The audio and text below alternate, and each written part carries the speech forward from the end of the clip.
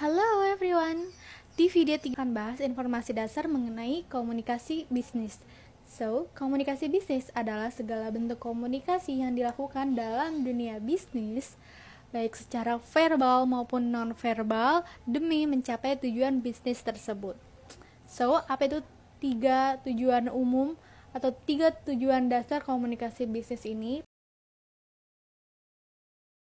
Pertama adalah memberi informasi atau informating.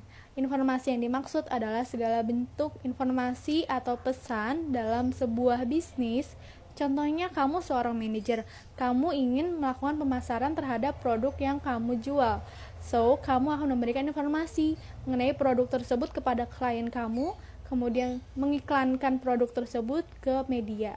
Kedua, persuasi. Persuasi ini adalah cara berkomunikasi untuk mempengaruhi atau meyakinkan orang lain, di mana digunakan oleh para pebisnis untuk meyakinkan calon pembeli atau kliennya.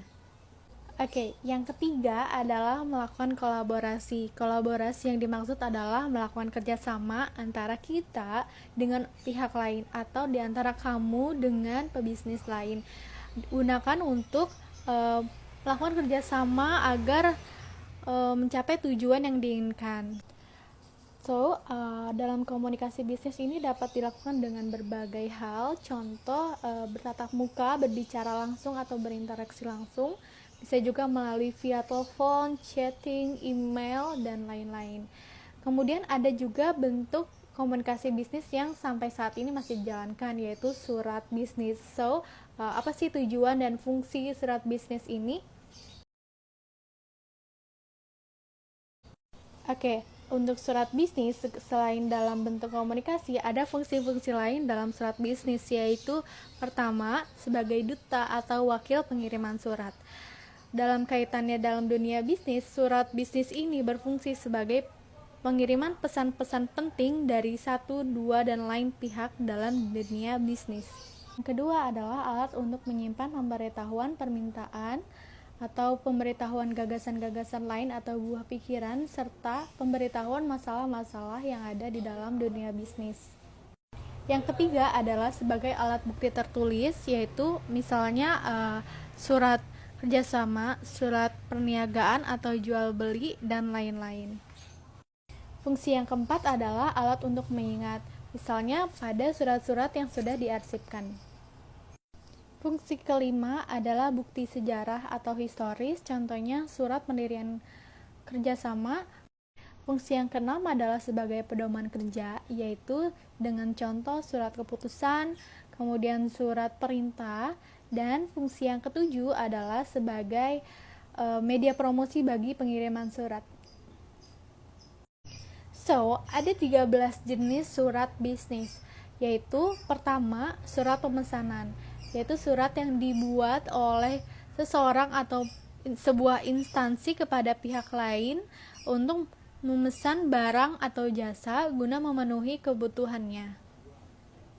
Yang kedua ada surat konfirmasi. Surat konfirmasi adalah sebagai surat pemberitahuan atau penegasan mengenai hal-hal tertentu yang dilakukan dalam berbisnis.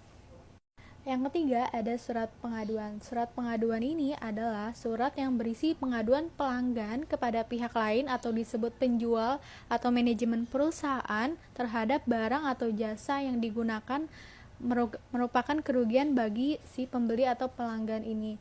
Tujuan dari pengaduan ini adalah memberikan solusi yang terbaik untuk si pembeli atau pelanggan dan penyedia barang atau jasa agar tidak dirugikan satu sama lainnya.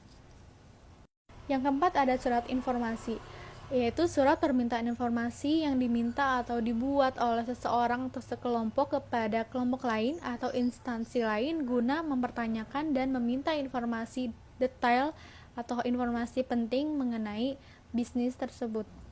Yang kelima ada surat ucapan, yaitu surat yang dibuat oleh seseorang atau lembaga yang ditujukan kepada orang atau lembaga lain atau instansi lain guna mengucapkan selamat atas keberhasilan seseorang atau keberhasilan sebuah lembaga tersebut.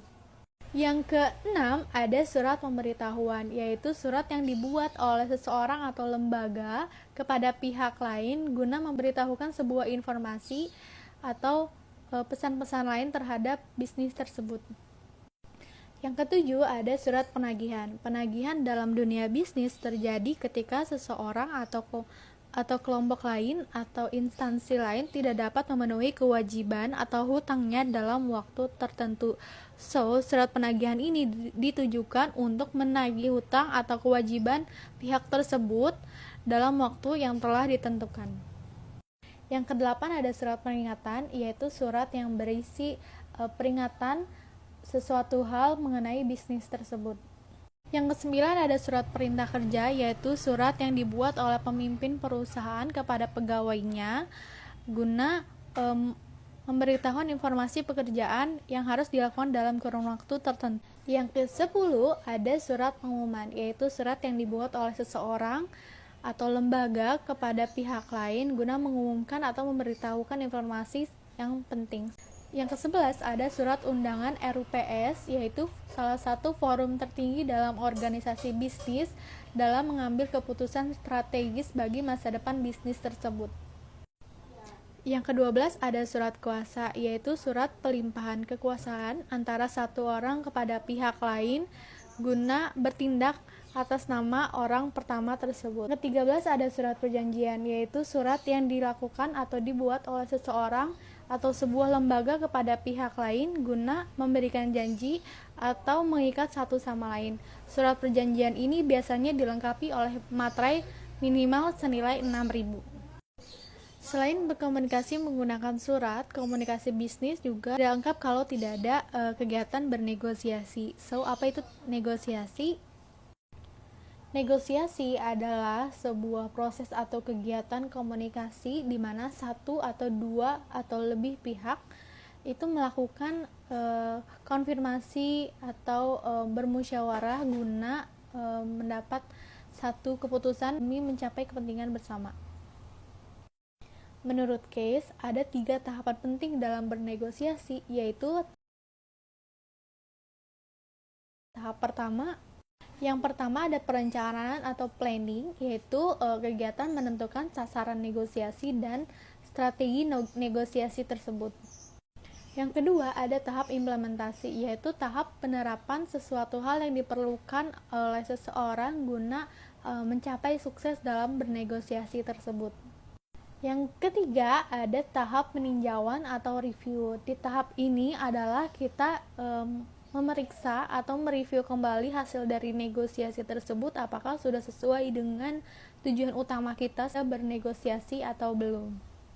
Baik, sekian dari video ini ditujukan untuk memenuhi ujian akhir semester mata kuliah Strategi Komunikasi Bisnis dari saya Eka Prita Wulandari dengan NIM 11011801225 kelas Ilmu Komunikasi 1 semester 6 reguler sore. Terima kasih. Sampai jumpa.